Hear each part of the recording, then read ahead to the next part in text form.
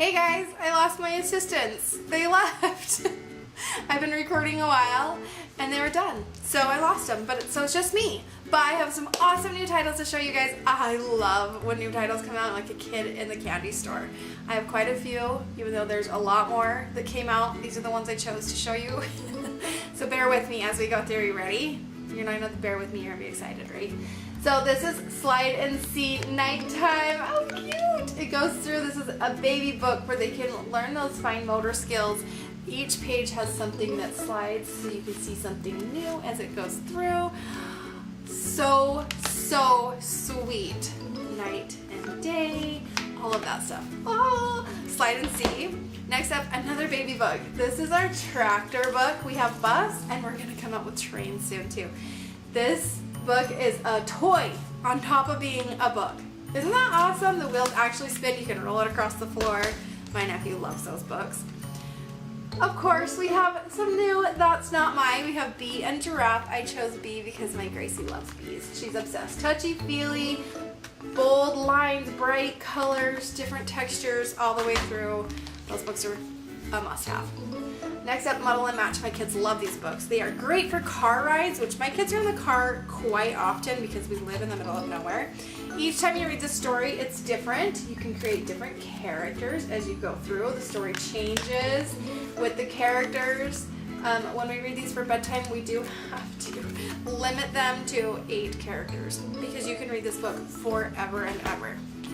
Much, much needed for all children and most adults. Miss Molly's School of Manners. There is a little raccoon that has terrible manners. His name is Algernon. And he runs into this school and Miss Molly says, "You have terrible manners. Let me teach you how to use better manners and get along." And it goes from sharing to using the right volume if you're inside or outside, saying excuse me, saying I'm sorry, words that you shouldn't use. Holy Hannah, there is so much in here. It's awesome. It took us 2 sittings to go through this with my kids. They learned a lot. We touched on a lot of manners they already knew and also some they didn't. So that book is awesome. It's so good, so helpful. Okay, next up we have Grandma's Favorite. We also have Grandpa's Favorite in this series. You guys, the first time I read this, I was at convention, I was reading it aloud, and I started to cry. I had to stop halfway through, got back to the hotel room, read it with my upline, and it is the sweetest story. It talks about all the things that grandkids get to do with their grandparents, and that there's always time for the grandchildren. It's sweet. It's got every color. It's just perfect for grandparents' gifts. It'd be so cute to have your kids sign the front of that and give it to them for Grandparents' Day or Christmas or anything like that. Next up, also an animal. The first time I heard this read, my husband read it aloud to my kids and I got to watch them cuddled up in his lap as he read how sweet it is to be a parent. It says, if you were a bird or a bug or a beast, I'd be one too. I wouldn't mind in the least. And another cool thing about it is it talks about the name of the parent. So if you were a puffling, then I'd be a puffin. I wouldn't let anyone hurt you for nothing. So you get to learn what the babies are called with the parent. Love that book. All right, another sweet one for me. Oh, when I was growing up, my mom used to take us to the Arboretum and we would listen to Rudyard Kipling's Just Those Stories on tape.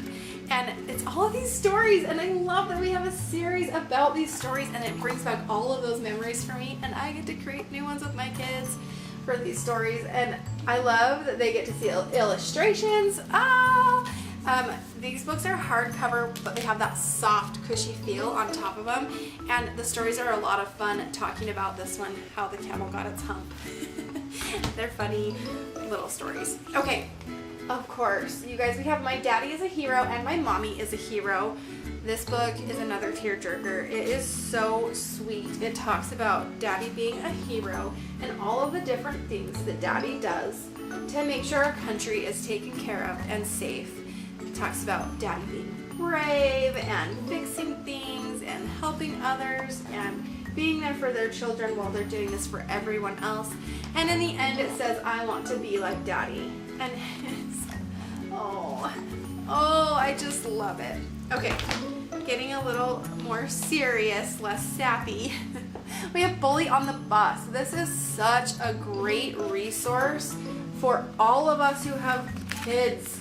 You guys, there's bullies everywhere, and just dealing with them and your kids' emotions and all of that. I haven't finished reading this book, but I have started, and it talks about this bully that's on the bus, and there's adults that are noticing, like the bus driver who's just taking the kids to and from. He's there, but he's not really noticing, and the kid has to try and figure out how to deal with this bully. It says, she's big, she's smart, she's mean, she picks on me, and I don't know how to make her stop. And as you go through, they figure out the secret weapon to make the bully stop. And I think that's needed for all of our kids, right? It's written in poetry style, easy to read, so great for bonding, for sitting together and reading. Okay, so for those reluctant readers or just readers who like action or magic, Cosentino. I read this book in one sitting. It's so good. It is seriously a fun book. Adventure around every corner. It talks about magic and illusions, and there is action packed. The coolest thing, so he's doing a magic trick here. He goes through the magic trick. It goes through every step, and it's exciting as it goes. The sharks are gonna eat him, and then he falls, but he doesn't fall all the way into the tank, right? Of course he doesn't. Oh, I skipped a few pages, but the cool thing is after he does a magic trick, see those little that red square up there? That tells you how the magic was actually done. And in the end, the very back of the book, there's magic tricks. It teaches you magic tricks.